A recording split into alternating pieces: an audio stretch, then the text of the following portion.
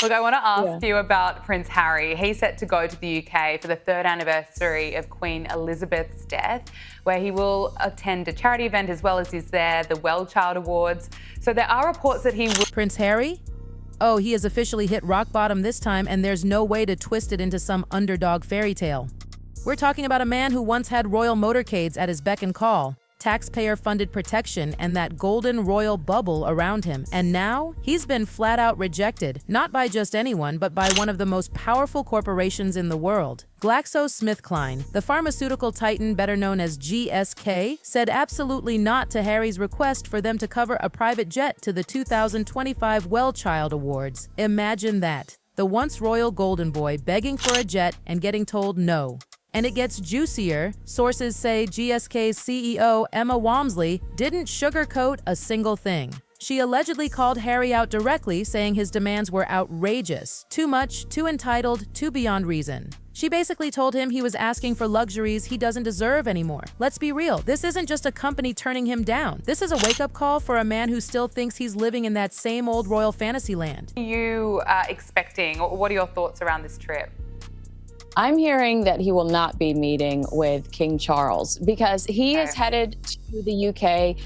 No, you're right to say that because And let's not forget who Emma Walmsley is. This woman isn't some mid-level manager. She's one of the most powerful executives in the world. So when she refuses Harry's private jet request, it isn't just, sorry, not this time. No, it's a public smackdown. According to insiders, she thought the request was flat out inappropriate over the line and excessive for someone who is, let's face it, no longer an active royal. This wasn't a polite decline, it was a message. Harry, the doors that used to swing wide open for you, they don't anymore. This is proof. Privilege doesn't automatically mean credibility once you step outside the palace walls. And here's the kicker. Harry has spent years painting himself as this eco-friendly, climate-conscious do-gooder, but his lifestyle? Oh, it screams the opposite. that, but I'm hearing that they won't be meeting. He's headed to the UK Wellchild Awards. This was not, there's not an official invite from the king. And I doubt that the king would want to interrupt the anniversary of the Queen's death. The tabloids and climate watchdogs have been on him for ages about this. We're talking about endless reports of Harry hopping on private flights, sometimes for laughably short trips. Remember 2019? He took at least 4 private flights in just 11 days. The media had a field day, and rightly so. And now he's asking GSK to fund another private jet? It's like he's walking straight into the hypocrisy trap. Do as I say, not as I do, right? He lectures the public about saving the planet while expecting corporations to pay for his sky-high luxury. This isn't just bad optics, it's disastrous. Very meeting that we're all gossiping about for 2 weeks. If you consider the fact that someone leaked the communications meeting that happened in London a few weeks ago with the conveniently captured paparazzi photos of Prince Harry. But wait, it gets even more outrageous. One of the main reasons GSK turned him down? His absurd security demands. Sources say Harry wanted protection on the level of a head of state. Let that sink in. He's not a working royal anymore. He doesn't get taxpayer-funded security, and the UK Home Office already made it clear you can't just buy back that royal privilege. Still, Harry pushed for GSK to foot the bill for this over-the-top protection, but GSK wasn't having it. They reportedly said his demands were unreasonable, excessive, and frankly, not their problem, especially when the event is supposed to be about sick children, not a prince's personal bubble. Let's be honest here, charities and corporations are not there to cater to celebrity whims. Yet Harry's attitude? It screams entitlement. He comes off as someone who sees charity as a backdrop for his own luxury rather than the actual cause. He captured paparazzi photos of Prince Harry and Meghan Markle's, communications person that's not a well-known individual. Yeah. It just all kind of shady, and I don't think that the king would do that to Prince William.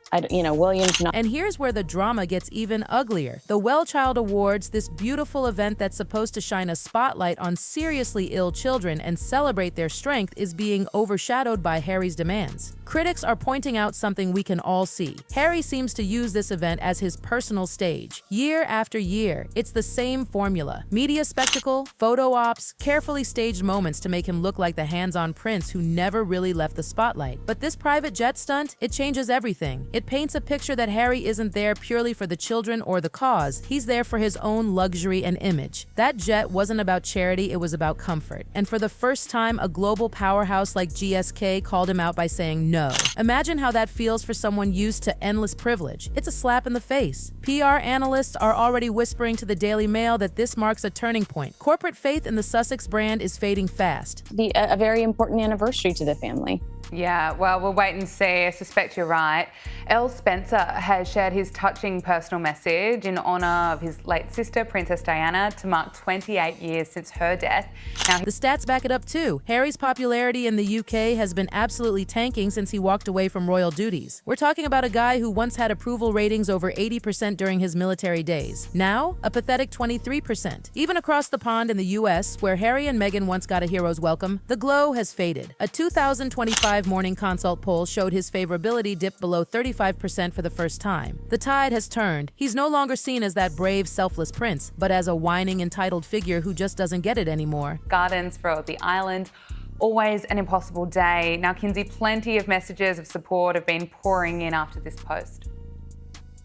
You're absolutely right. I cannot believe it's been 28 years, and to go back to... And Emma Walmsley's firm No sent a bigger message. It doesn't matter if you're a prince, corporations will not indulge your entitlement, period. This isn't a one-off either. We've seen the slow but steady unraveling of corporate ties. Spotify walked away in 2023. Netflix, their golden goose, is reportedly rethinking future projects after Meghan's so-called With Love flop. The cracks are widening, and now the rejection is louder, clearer, and impossible to ignore. Trying to reunite or try to come up with some sort of project where he could reunite with his brother for the 30th anniversary of Diana's death, which is 2 years from now. And really, Prince William's friends are saying, no way, no way. The Telegraph even published a scathing editorial. Harry seems to believe philanthropy means others fund his luxury while he delivers speeches about compassion. That quote alone sums up the mood. And now this GSK moment, it's the perfect example of exactly that hypocrisy. The world isn't buying the act anymore. People are tired. Corporations are tired. The endless lawsuits, the endless demands.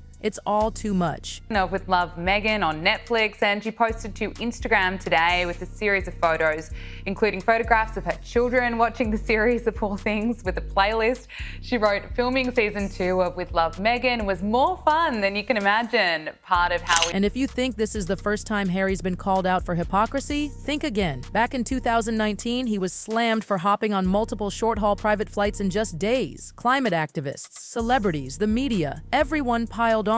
How could he stand at a podium, wag his finger at the world about sustainability, then climb aboard private jets as if he's above it all? And now, here we are again. This whole GSK debacle just reopens that wound. The timing couldn't be worse either. With every new rejection, the public perception hardens. Harry isn't a visionary philanthropist. He's a man clinging to privilege, begging for special treatment, and lashing out when he doesn't get it. And this jet fiasco? It proves it. He wanted luxury under the mask of charity and got humiliated instead. The message is loud and clear. Even corporate titans won't bankroll his comfort. Not anymore. And today I want to share some of the favourites I kept on rotation. Add them to your playlist.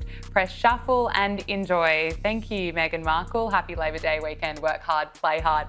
Kinsey, So what's the bottom line? Harry, once the golden child of the monarchy, is now a symbol of entitlement gone unchecked. He's facing corporate rejection, public exhaustion, and mounting hypocrisy, all while expecting the world to keep funding his lifestyle. GSK's refusal wasn't just a polite no. It was a reality check, a reminder that entitlement has limits. Fame, it doesn't guarantee privilege anymore. So here's the real tea. Harry's world has changed. The corporations won't bend. The public won't cheer blindly, and no private jet, no stage photo op, no victim narrative will save him now. The walls are closing in, and for the first time, the prince who thought he was untouchable, he's being forced to live like the rest of us.